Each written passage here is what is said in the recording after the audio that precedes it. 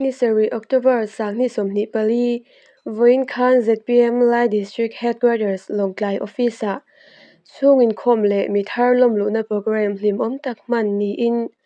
Voin Hun Hi Session Nia Chenin First Session Chungin Khom Hi Pusi Kapkiman Kashwain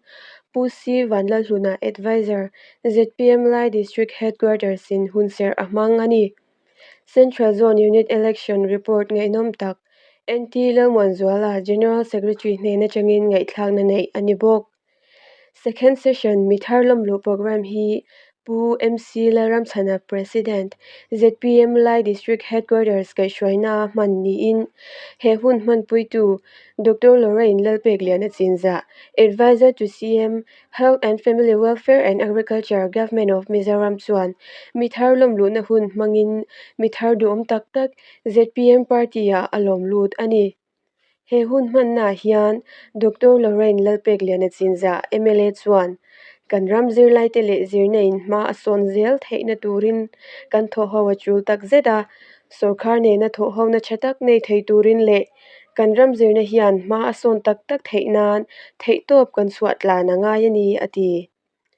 kan rama kut na thok tu tele mitei ma ni kut le ke ya din tum te khai chwa na tur hand holding policy chu date ni som pakwa September sangni somni pali khan Mizoram sarkarin atlang zara he hand holding policy hi mitei din chwa tum tak te puina tura sarkar ruwa manna ani semsetlia policy angkha ani lova mitei le hlotlin tum tak te ta nani ati Voin hun manna hian lomlu te achangin F Vanlal Ratpuya ex President LSA General Headquarters chuan thu soina nein zirlai pol shwai tu ani chunga sarkar alaushon to te chu ram an shwai dana du khoplona atam hle a sarkar na anlak chin dana te athiam le atling ni lovin mani leina hnai indu sakna le involna atam em chin ani ati ramin amamo lo thil tam tak mani ham thatna tura ti atam a sarkar na thok transfer and posting thlengin ruling politicians te in ro chin ani atibok hetiang thil thalo tam tak kalsan mek tu ZPM party hi huaisen takle beiseina sang tak nein karon zom ani ZPM hian sel na le elrel na tin reng kara ati tur ati zela huaisen takin heram tan hian na athok zel ani mire theile har sa jok te khai chwa na policies akal pui mek bokani atibok MC Vanlarawa ex-General Secretary LSA General Headquarters Longklai Pu in thu soina nein ZPM hi hunroi tak achang khan moral support alopek chin to thule tuna ataka ZPM ta na thok thei tura ZPM kalu thi kalom hle a ZPM hian zain a policies hi ti hlo tling lo ma se tuna ana tho sin ringata po hian party dang ti a in athok cha in ram maso na konga malam huna atho hlok don thau ani atibok mithar lom lu te hi F Vanlal Ratpuya ex President LSA General Headquarters Longklai MC Vanlarava ex General Secretary LSA Headquarters Longklai JL Ratfela President LSA Sub Headquarters Bungtlang HC Vanazuya President LSA Sub Headquarters Chongtepi Lili Parmoyi Siachang Kona Changin Member Somparuk South Lungphera Changin Member Pasari Longklai Fora Changin Member Sompakhat AFC Longklai Changin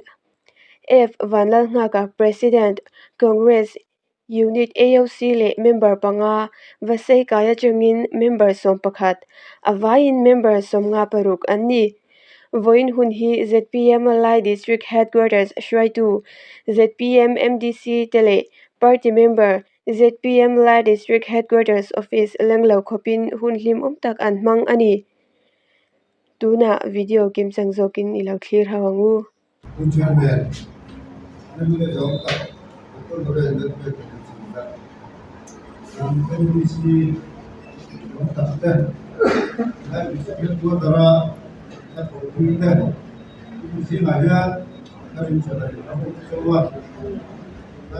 isi alien ni kita kan sia masalah he wahin talulian talu kok ya atau zela is dia so mai ora kan dia kan science zela na kita tuan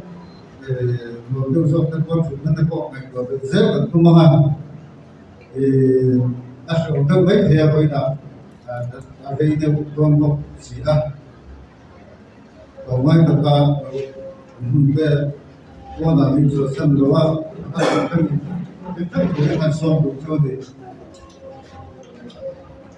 masabara jo bedni aja dai thumi ko bandaya thumi ko he thoran ya kan de tin kan dia masala tu sim tu kilo tak mai itu kan ya kalau ka sia ele sia la ma tu tu tu ele sia president ilai te ko ni ko te we te tu soi na ko ni ko na tak mai mi somar kulai mai ko te do la ko te tu sia ne lo nu tam tai yen nei kan ne le sa tak mai hun ni man sa te ko ni lo mu de sual le in ka sia di lai district se ni patien ni min te tin kana lai district se ni patien ni suai ta ni ni bai ne ya ka sia ta na tu le usan ni la som te la batu pi la ma ta kan tua la hare tema amma em sina usan ni le som le bodiet a pe chuan nu hi nong lo re ma pe so mam he nong lo wa au ngap chu ni bai ya a lo te kat pe han dik te se ki sam hi me nong pi ti ne a lo na pe te mam to ni te ni pi ti ta ni na ko tham le sina ti te kan nei lo wa jian ne na trong trai ne tu bai je han sa ni nong se la jian ama rin tu te ram hi ama ta dia ram je rin te hi ma siam te ama ye ne te kan dia ama ne na so kan siam tu te ama sa ta kan tu te ama sa ta ka por ko tu te tu dia tu kan wa tu dia tu di tu ka bin kan kal tro ka ta tu kan tro trai sina kuna ka ai do hen kan te se ai sa hian ka chen dia in man ni so ni kan ka chen dia vi te hi vetia no kai pa so pui te ani le lo an kal no mai lo na te te kan bia ko la ya ko kan bia kan lo te ai se bia ba ya na nong du pe ti ti ka bia lo te pui ai se bia ba ti do tak lai district ka do tak lai ni te in jiam lo le noi hung tak ten tak lo boy te tu at inu ba patia ni ka apa pe ni te ni sa tak mai kan nei ka se ka lo ka ti ten te na lo thuang lo se kan nei dia le se boy tu ten le bi chu ta mai an ni ti a ka le se boy tu te kan han dia kin te an dia ka sai lo te lo ba MC आता है पति है Congress president unit president तक हम लोग पेट्रोना और हम लोग आप सही गाय लगा अन्य शायद मैं तो road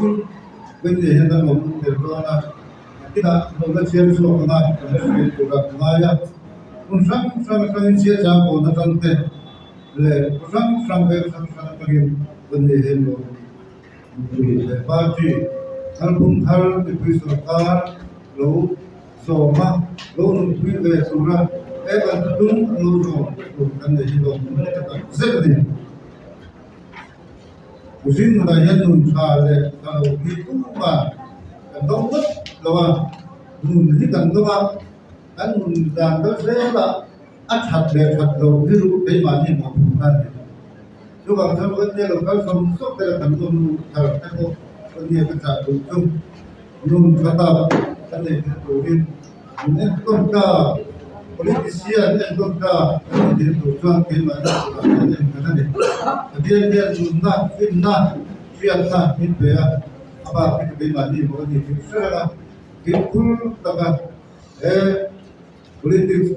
drama yang politik coba yang dulu kemudian parti dia pasal dia lah parti tung teror itu parti kata pa ni itu juga tunai kan saya maksa untuk jone kemudian setiap parti tadi lekin tu pakatnya ni ngai ikasya sakhi au fina se dunia ini akan kan sina atam so ni au hatat jone hadir so sida koi tam tapi balawa ro sami akhir sini acan pakat tera yang tera se sakhi tua apa itu kan kan sakiro cho ta dun chan him na kan ta na atta na he kan lo ba me ate zo ma ni se dun chan him na tu ra atta na ba me ate ba to pa an na tha bi ta ya me ne sakiro cho sa ni ta ya ta ku te ta ki ta ta ni do ne me ti ka ta ai phat to e tu ku ma ta na ba kan ani ta ro ni lu ba chuan septiêm surga ibu surga le hebat le kan nun fungsim siapa ya kan ini apa yang buat kita som kan cara lain vấn đề kan nun don kan tam don di hebat kan saya tak loh Mizoram surga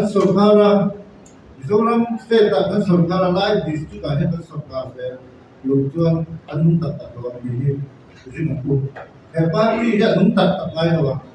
parti ya cak tak ngai lo ma parti lai ka bai na ki tak ngai lo tu ba chuan parti dam pa chona tan hian thu bani dam hian ka amu an ka da ni pha amu an ti mai lo de min an nun pa chwa the na rin bani ya da na ku di ka kan soi tu tam ta ko ma kan ne le kan bam lu thara dam soi tu ka te president karena bukan bisa sekolah sebelum tetap ketenangan kalau nak betul mana interest presiden kan semua macam ni Mizoram ahia survive for itu tadi politik sama dia aku mau dia terbuat betul kan MZP dan MZU MSU kan oke anu tu lebih anak buah anu tu dia tema kalau kalau misalnya terkena sesuatu anda cina terjangkau saya dari presiden sama aku aja jadi anda saya pun dia apa lagi semuanya cuma komen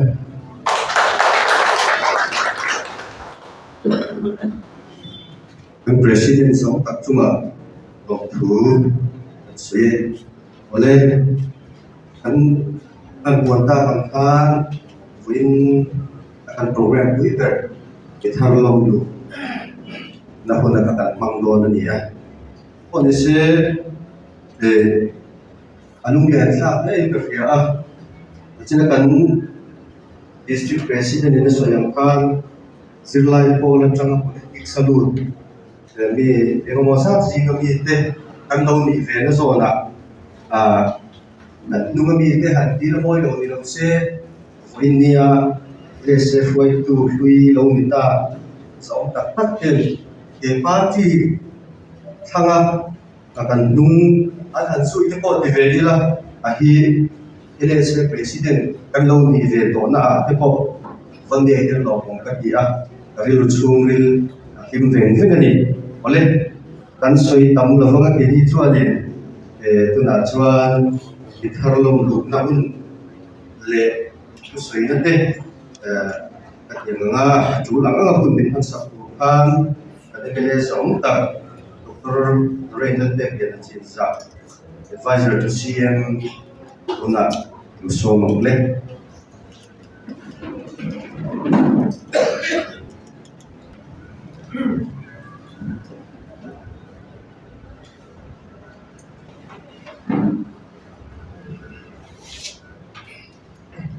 India,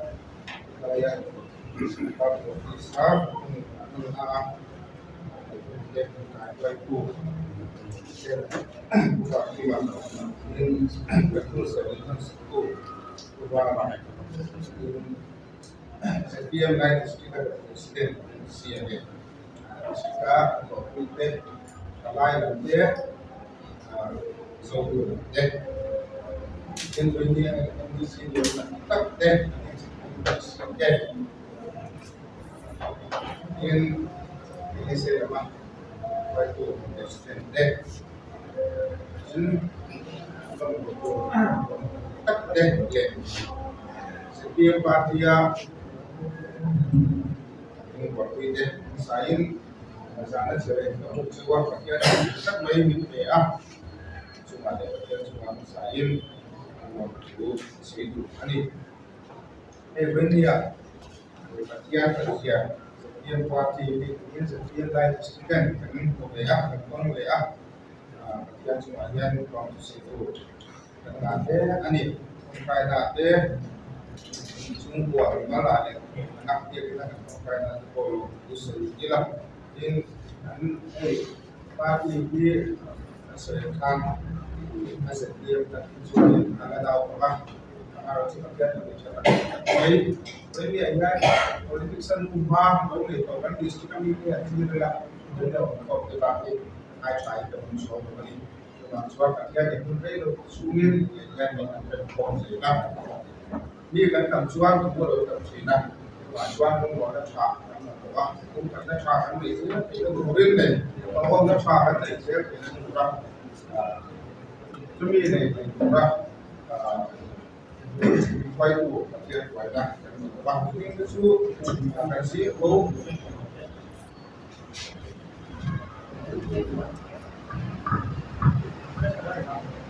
Hello, rồi anh riêng ngày vừa đến để các trai thì vừa đến đây đâu thậm chí là còn nhiều khăn ví dụ nhà đang con thép nhà bụi khăn anh long thể khăn cần gì thì là cho bạn xoan và chia với nó để quy định và chia rồi với nó gắn mà muốn sẽ để ăn không phải là cô là cắm dễ thì là thì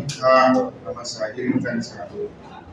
rồi đến với đi à thì nó có sự phan nhẹ thì anh sẽ chia phan thì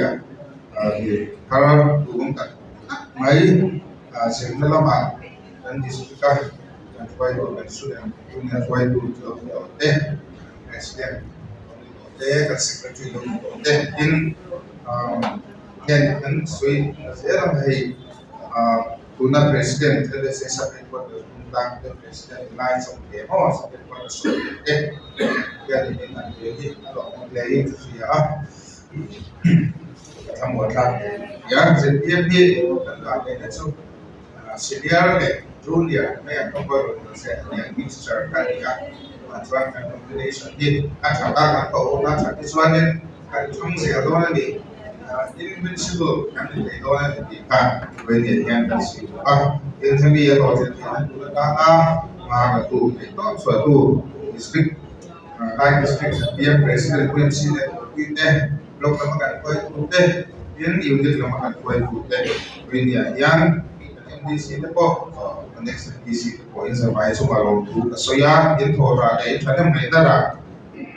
sahaja dia yang itu termin beri, dia nung takin lombu, soya, ani, lombu nak kan kalau beri dia kan, lombu beri thuộc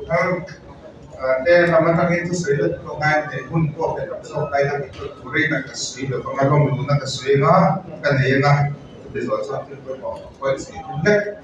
cái cái sự làm cái kiểm soát thì không thế nên là cái input làm sao có để làm cái này phải làm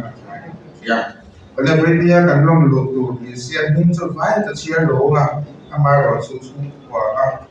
ping pasal atau dari sosial swasta dan lain-lain. Pendia yang artinya ni untuk tentang negara buat besok. Tapi lain setiap parti lain setiap cuma orang betul maka tak cuan di kapi kita selalu mereka yang pandang buat kuya ex-president LSA General Headquarters Longkai, MC Vandal Roba, ex-senator Dr. Ayah, Kevlan Ya Tuara, Ming Chung Nunga, the Chung, UF, Galbia Tuara, the Chung, Hero Mood, the Chung, Lang Soya, the Chung, Lord Waya, the Chung, Lang Nanglo, the Chung. Sau đó theo lần kia có được sang và nó có số mà xuống ini xuống không tại sao mà cái lần kia có được số mà cả không được tụกันnhiều bên nhiều cái em phản ứng qua tụ điểm xuống em xin nó quăng môi nó xuống em qua là xuống không tại em xin bên cái nhìn có được số mà cái này em phản ứng qua cái president em xin biết INC as a president Dalayan suku ni in masih kaya macamnya buat sok ya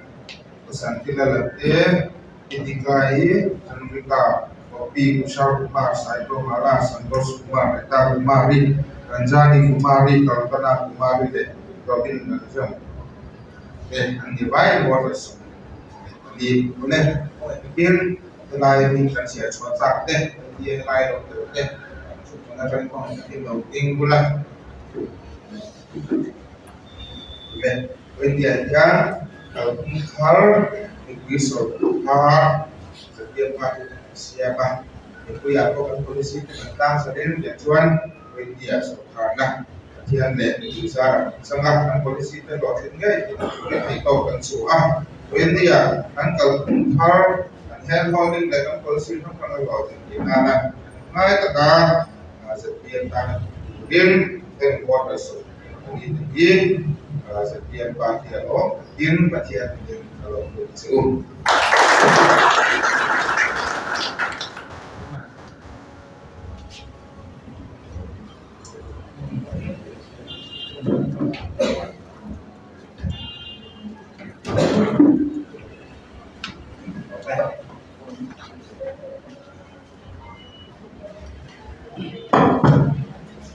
India, LSA President Headquarters General Headquarters Longkai Milo terbuya along lane ya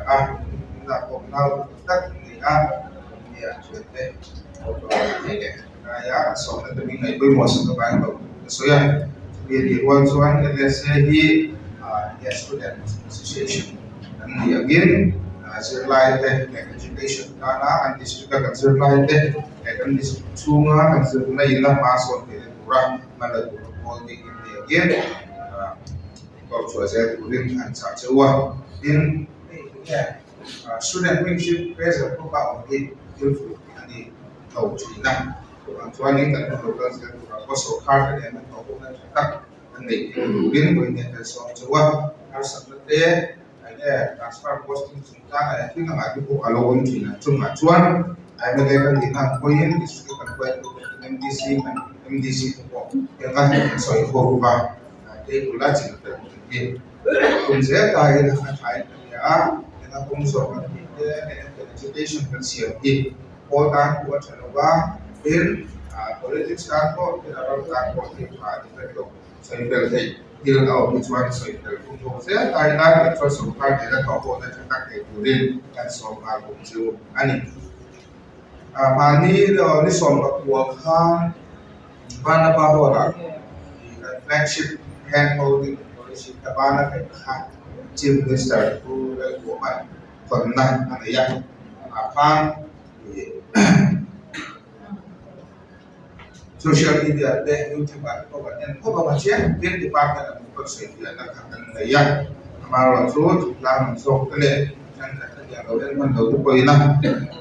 untuk biasa orang itu klaim soi itu and holding mana ke polisi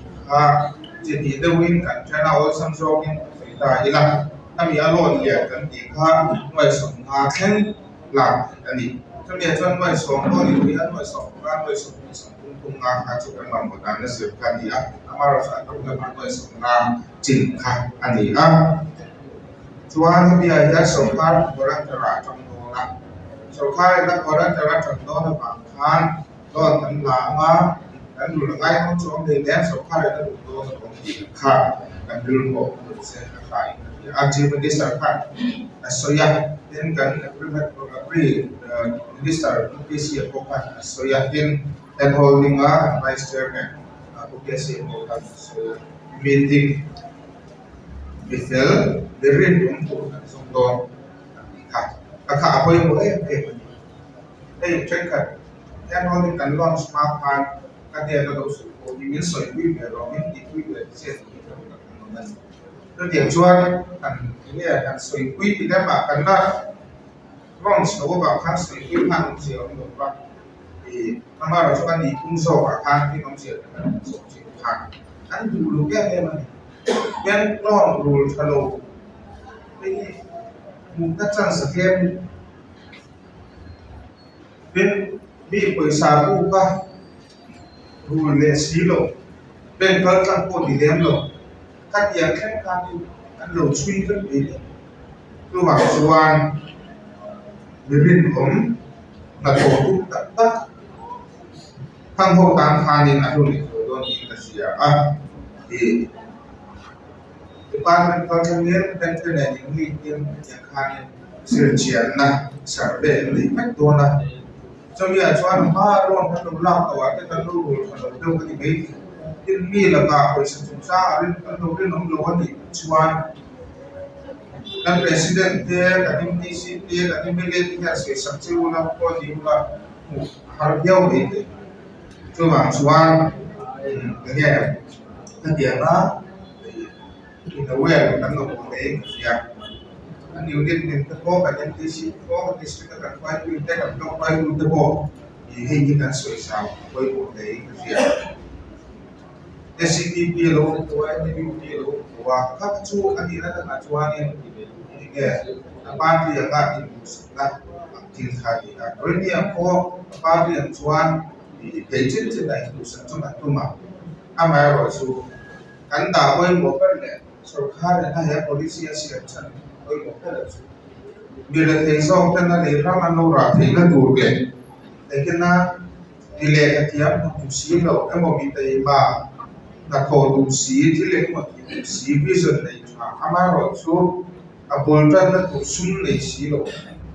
kang kau khai so na kaya, tu mam cuan ni mana pandi ko kongres ni ko BCP ni ko, dia ko siapa kita iba ing cuak buk nei. Kakak, apa itu betul? Ani, dan apakah dia cuan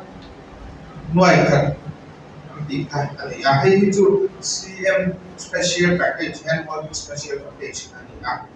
tapi ini CM kalau tak ani, kalau mau nak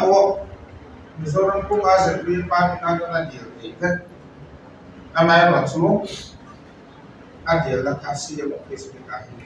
Special week tadi bang, ini special package tadi bang. Ini langsung dia jual ke filter lah, dan di sini package itu lebih ke recommendation lah, kalau kurang ayah kakak ni, kami bukan ini dengan cara rule betul hari ni. Kan handling polisi dia polisi ada ini kan, bah amar itu sekarang dah bukan apa tu nak. Apa maksudkan apa capital kan lah kan dua lah kan soal dua lah tadi dua soal kan lah soal dua soal kan jadi bank personal loan kan tadi 13% kan lah 11% kan kan dia mau kasih card ada dia coy itu doang ini kan sih ani pensi yang relief fund charge so itu juga hit kita kan tadi I saw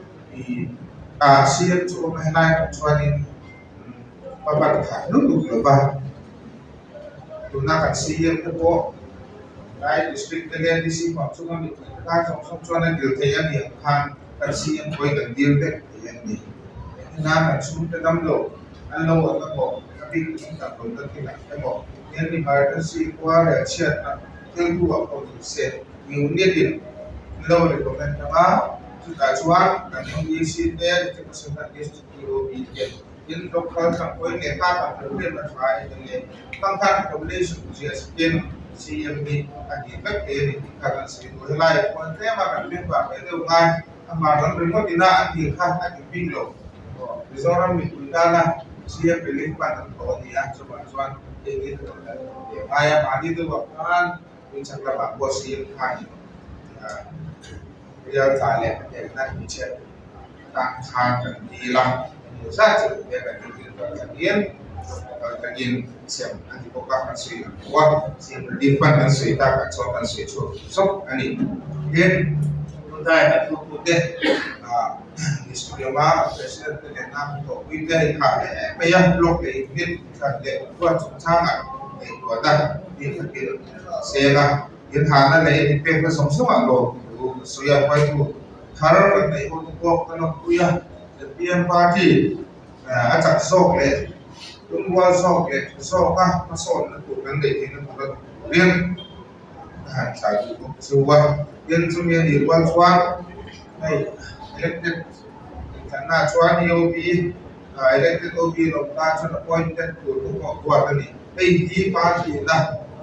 wang mana Asia dengan vice president tu besar executive tu besar dia vice president cuan senior vice dia ông dan kan với yang dia kan sui nak pun lupa amar rotukan sui kan tu party lah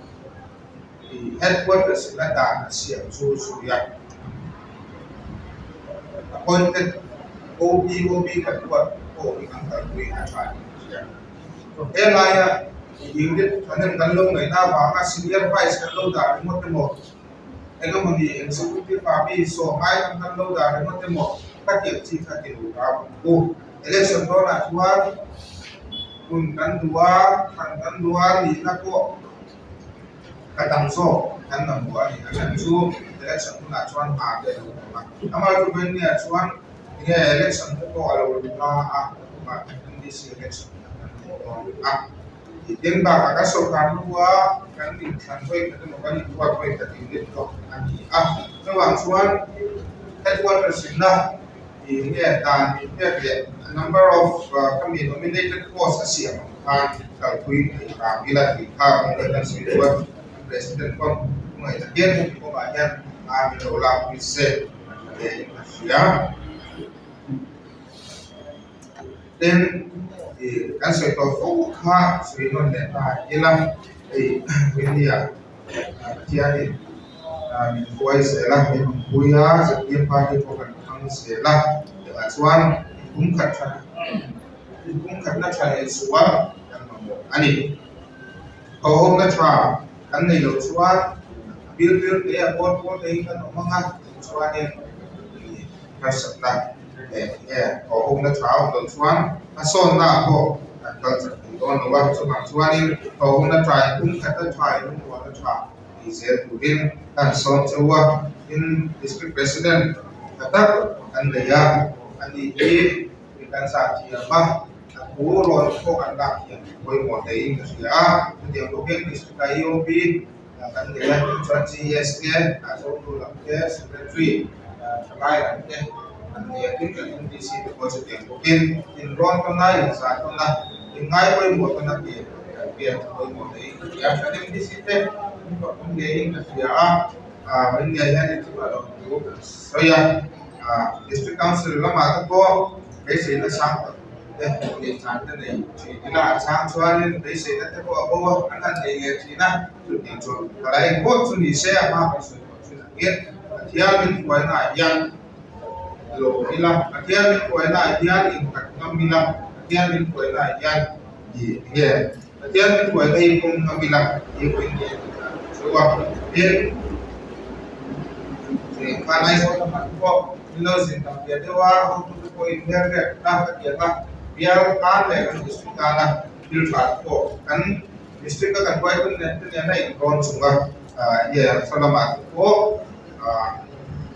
voice below ai ka dia kan cha ko chuwa in kan unit te kan lok kwai ku te ko kai kan cha chu MDC kan nei na chuan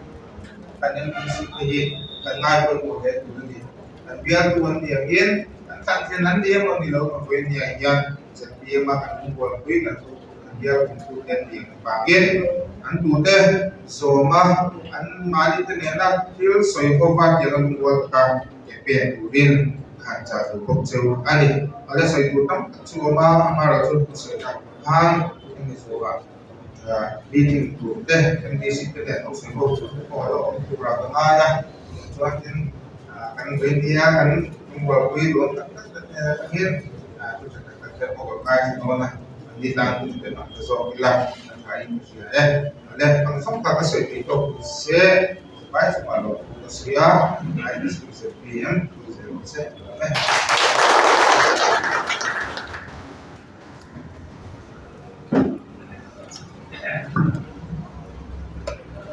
Kan ini soal tadi ta na sa tuwe ta kan ini yang na ali na kina episode tu dia tu lagi salah kok ni tu rengai tadi lah dan tu soalnya dari tuhan masa terin dan LSA presiden đâu thế mà đâu xí đâu rất con bị xí thì nó khá là nhiều mà xã ye bây giờ mình muốn bài thuê tu chairman là anh em lấy sống tập của Torolore Dalpek di Cinza dan Lai District Headquarters President UMC dalam sana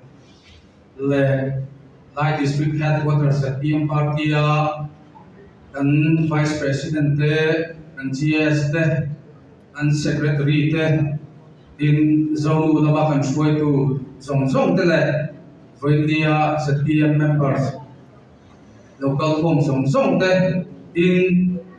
vote som rukle pathum lai ngai ZPM party azom awanga mintu saka in zong pui tu te zong te masain kan pathian ali so mingin chibai tabu masa chuni India hai pathian in hun tak me min pe achunga lo thu ka soya in kan MLA zong ta ama lom lu nge te tun thin lung ka nei wangin long thai pun atangin aizol te tapana achen nei na te fa buin ngin na te kan siama chuan ani in kangin na te apun chep takara ti to tin saphia voinia etia ama ngei min han lom du thei hi chunga thin lung takin lom thu ka soi ta me bokani in zirlai pol atanga dia party long som kan ita ka chuan zirlai pola halloween han ve na trip nonetheless general headquarters president Riglan Lian Kiman electoral boka anding re re se ani hi general headquarters president Riglan Lian Kiman president nilai he kan dia achunga khan long thu soi tak me boka ni India ZPM party lomdu unita kale ZPM party kalau somta ka chuan kalau som chante han suilan be rim tri mathai ka sia in amai ro chu kan hunga a thiante ula soi tur kan ong bangin toy the am karin soi na ro kan tumanga kan min sia tangin pe hi zirlai pola tunai tak chung in mang be in zirlai le ram le nam masonan din ke to kin ke kalopen be trina tutianga tunai tak chung zirlai pola in mang chung chuan abi in longkai district anele disia par kisam sarkar te kalofon be luan mana dan politician chen tam ten dan Lai district dan Longkai district ramle nam in elgon dante kami ngai kalau muin kami kalau shebe chuan tam tak ramin suai dante kalau experience graduate ni tiang chuan dan politician chen tam ten raman suai dana tu khop lo tam te ki zong do hian suai sela han tiang chi tinlunga na sa tagin na lut ve kan sure tho nga kan hala dana te athiam le afik so kum reng laya mani lai nan nai an ti fama lai nan nai so ke han du sak tat te in recruitment rules kan na yang chi te recruitment rules kan ne angina aphal chin to te ne por lui shama tu sablai nan hai te an no lumi ang chi te in ei ka ti thina zilai pol kan ti soi tu kan lo di ve thin to na angin zirna ko nga sa takin pa kan ta thina chu ti nga chuan ram soi tu kan politician te mani bial chu nga zirtir tu te hun danga zilai ten an pamo mai nei ko transfer phal tak lawang chi ram soi tu te tiang tin chu tiangin zirtir tu in de lo na sat tak chum ko kan zirtir tu te len nai an ti ba ma kun theng ko office lama han te chang chi te in thil tam tak ram le namina amamo lem lo thil thalo tam tak hi सरकार तम तक कलो सन पे तो अफान कलो उदवा नहीं जो तियंते दिए बांगचुआन हिंदुंगिन रम ले नम मा रन ले न बिन मा सोन थे न तुरिन पॉलिटिशियन छा लो बेसी पे रम फोय तु छा इन चुम पियला मा चुआन जो तियं इथै तु तुर ता ला काय फोय तु तुर पॉलिटिकल पार्टी कल फुंग थर जम नम adik lau tingam ve to thindung in azong tak mek bewali chu tiam te ni wang chuan chung ko te po kan hanin ngai to eng hi nge so mila tha ang ti in kan hanin ngai to phang phang pathian te kan han rona chu da kan thutuk na chu le kan chan na chu SPM party nge hi ti kan riadin foi ni Ôi xét tập lệ bây giờ nó sáng tập này SPM party hi long tập in cả lâu số mani ăn lâu số mani lại tha căn soi mà sửa đuổi đi cho cái hi tiếng lâu tắc lệ bên lâu tắc chúng ta mà thiên đồng bồ tu pastor Papa chung có tin mun dia tập tom tập cái trong xây liền cái dia nấu bằng thế thì lo viên har sat na tam tập hi cái chung anh về thina chung có tin mun har sat na sẽ ziate tin mun khá sat sẽ ziate atem tu gì ngài hiền nấu bằng thế thì chung in cầu min cái lo về đó to ni hiền cái sẽ về thina số tiền chuan Mizoram chung bia lama Abi kita tinggal longgai di sekitar rumah ko di sela. Nanti kita tinggal har satna ang cia har sa mitam tak chung mitam tak hi an obin kasya. Ni tinggal na thok lama ezong lama ni chon ezong na thok mai thei ang chi tinggal tam tak ram lama na thoka in hat kan ti kasya. Chu tiang te min khai chua phei tura policy thatak duang tu SPM party kan ne hi alo mongin ka sia tin party dang tam takin se ma sela a thi lowang an thi tak tak lowang ti ma sela san MLA zom takin a soyang khan ma ti loga alangching program an hang thei te kha ni ang chung ko din mun diam le tom tak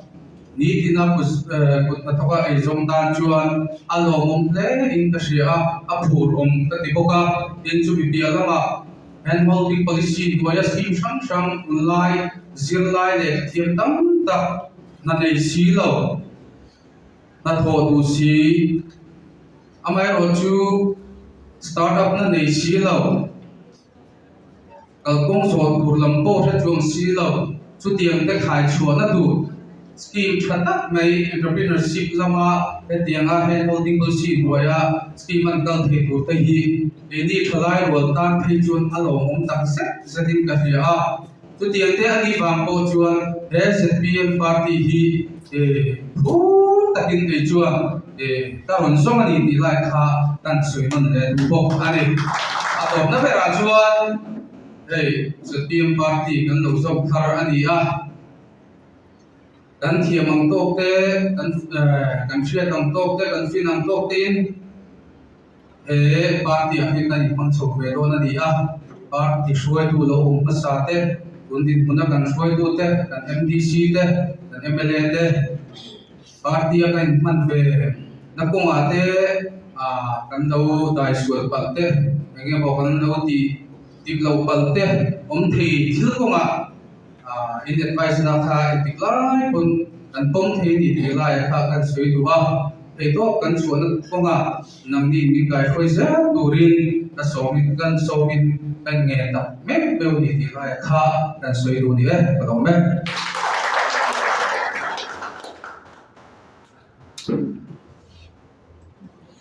Lòng mong đến để là sẽ tiêm song chăn một đàn tết ở soi ya lên tôi đã xuân các tổ chức ăn phalanga để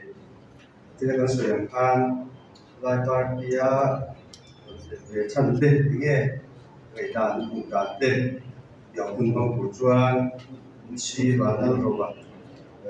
next jadi secretary ada saya sombu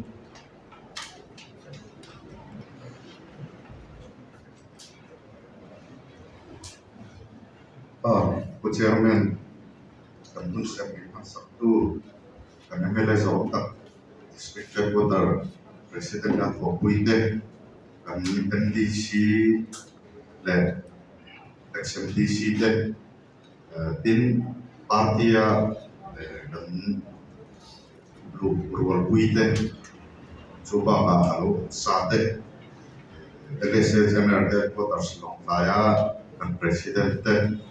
Zavain, Masain, Tibet Kabuk Jawa, Ansoi Tur le, Katiang Engemo, Kanron Luchan, Yang Vel Durakajo, Tam Taka, Poma Sedang Soi Lombenga, Siam Tu le, Chiang Tawakan, Sayang Tawi, Ril Ru le, Aituan Ajo, Mana Kana Lusak, Dekoa, Mana Dekokan yang Maroju, Alang Apawin, Zir lai pola soi tu te kan ni na zona kan ni pang lo ni maya kan ai tu chu mana de to khar lo ni to a vai na janin kai na ka soi ve du pakat ko ma chu environment nge di la ya hi ril ru wa tuan ni alo ong ve chi na kan president khan soi to thawa zir lai pol kan ti chuan ni zir na chu cha ma ti ke kan ramin ma so yang ti te api ka ki thil na chu kong tam te wa ta tai ta kan ngai to na lian per ya chu mi ko a chuan sarkar ram te kan lo chef yin kan lo in dorin ro ma na te chu ye ni kan lo siam pau ko ha kan lo dor to chi ko pa chu ye ram ka ra chuan mishim kan nia party ram cái bộ phận sinh rất trong sự lệ sự lậu từ tháng một phép không chung ca là chuan khi mà hiện nay các cái nghề và tỷ lệ chuan anh soi chín tấm tập thế soi tu tỷ lệ thế nào anh đi cái election đó là bị quý anh đi kiếm nó tấm tập thế thì chú giống giống như là cái lộ trình tiền thì cái hình bị trong mà vào amaro chú tỷ lệ lại chuan za an soi zong zong hian ni lo thil no buin sarkar masa an lo hriat to thil te khatiam aya nge mo tan la that zong na an nei dam lo mo ti mai se ni pe ma oma chu fa project ti ma khalo tan ve tok mai ni chu ti ang dau chuan tun na mo bai se na tak ka la nei thowa 100% soi zong zong ka ti ti lo ma se la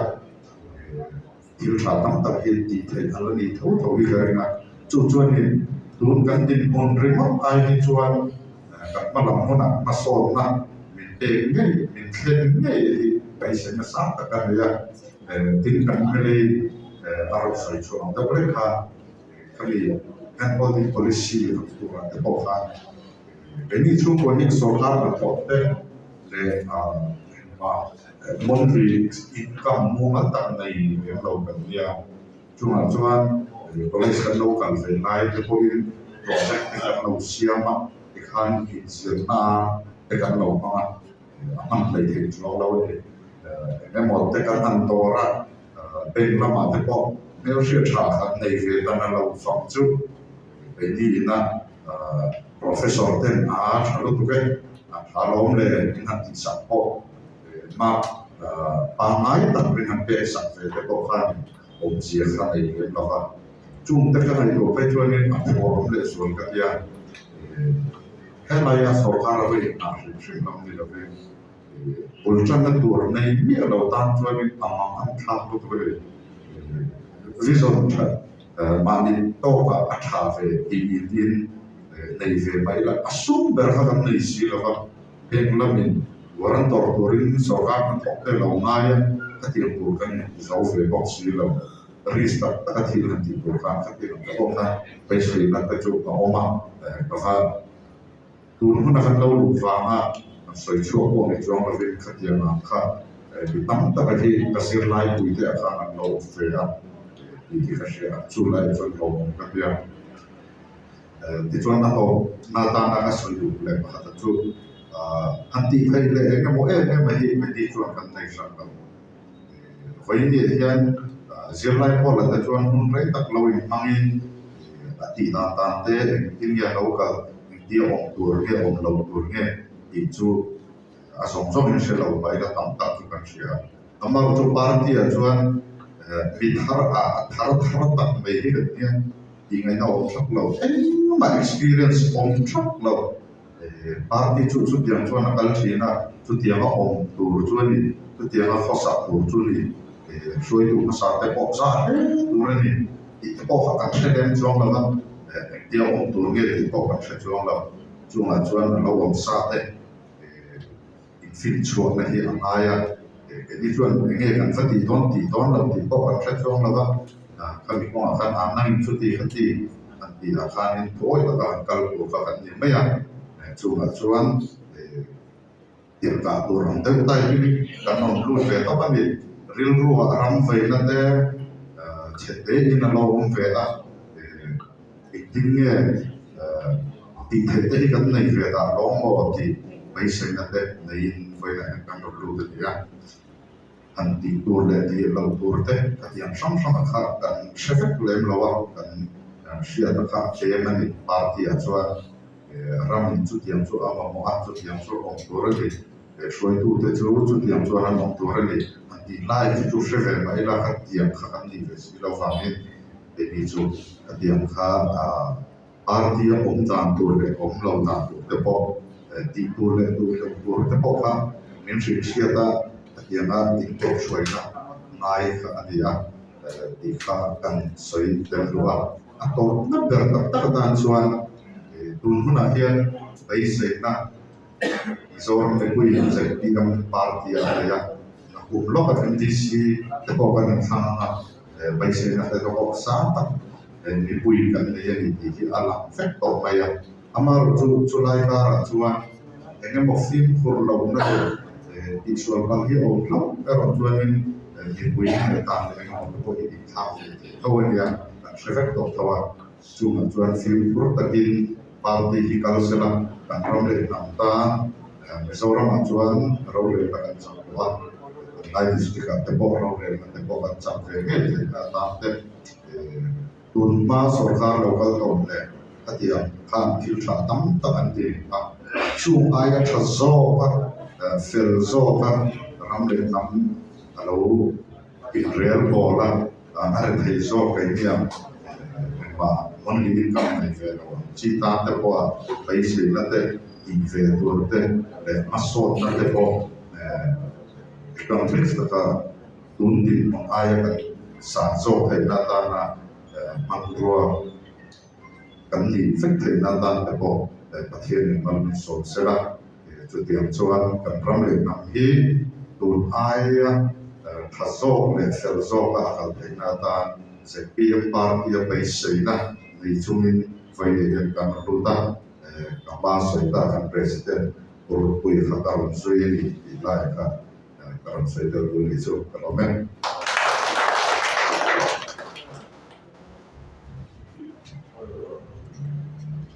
ngày nông đấy anh ta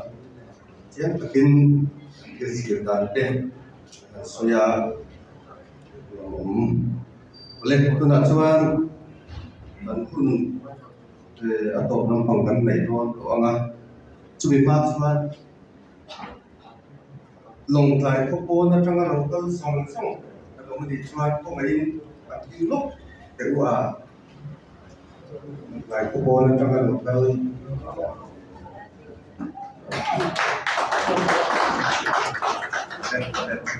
ano mo men pa ki office a hian ko nga tanga kan lo kal ni po in kan ban sam chuan report result thi ni lang lai ki an office ve kan ni te ke tam le tai la chong ne ale tu na chuan se zero headquarter man lai kan president Rick Dalian Kima senior te partia ta pakanga thana romleya lemaya tuna thana tu cha sei turin so le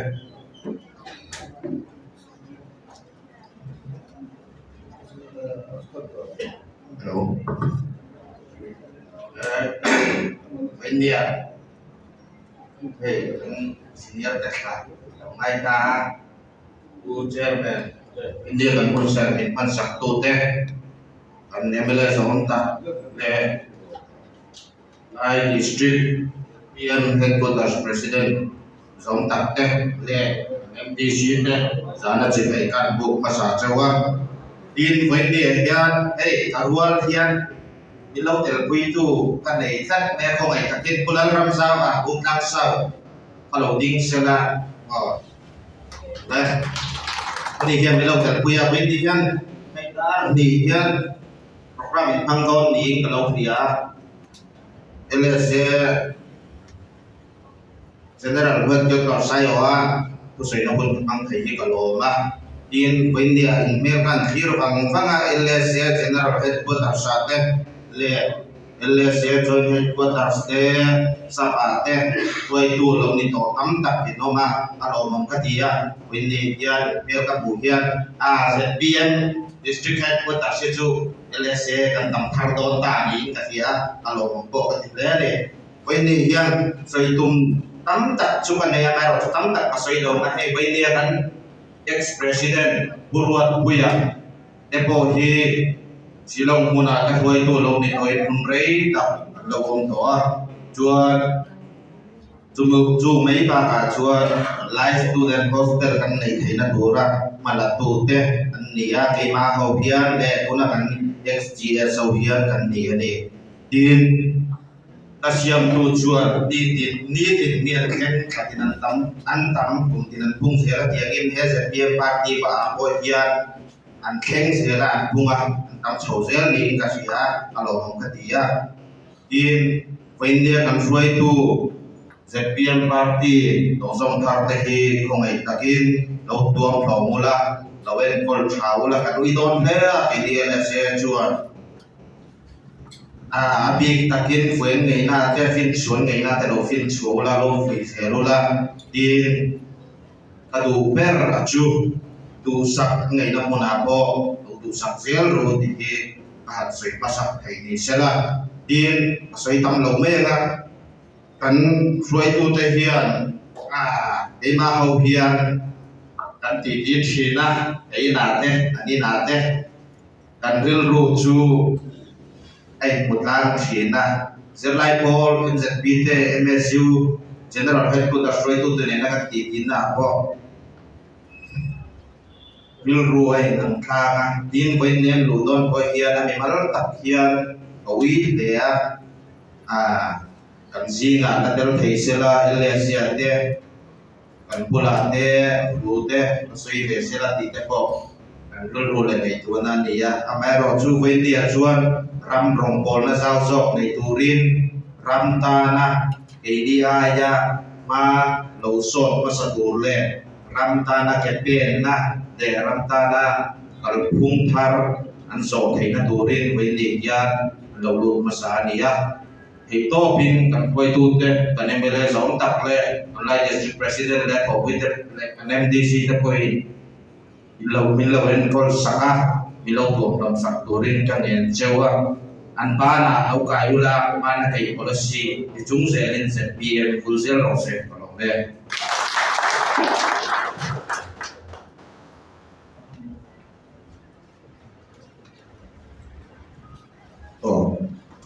bu ere ke cuma long dulu soi boleh dikan kalau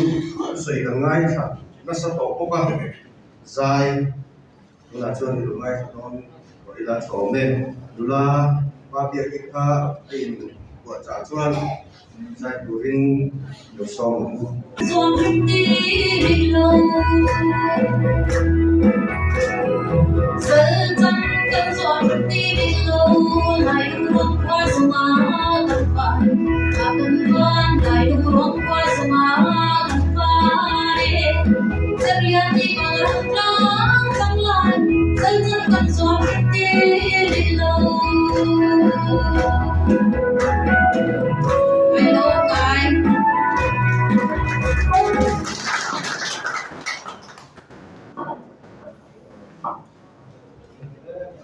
apa dia cuma kan long boleh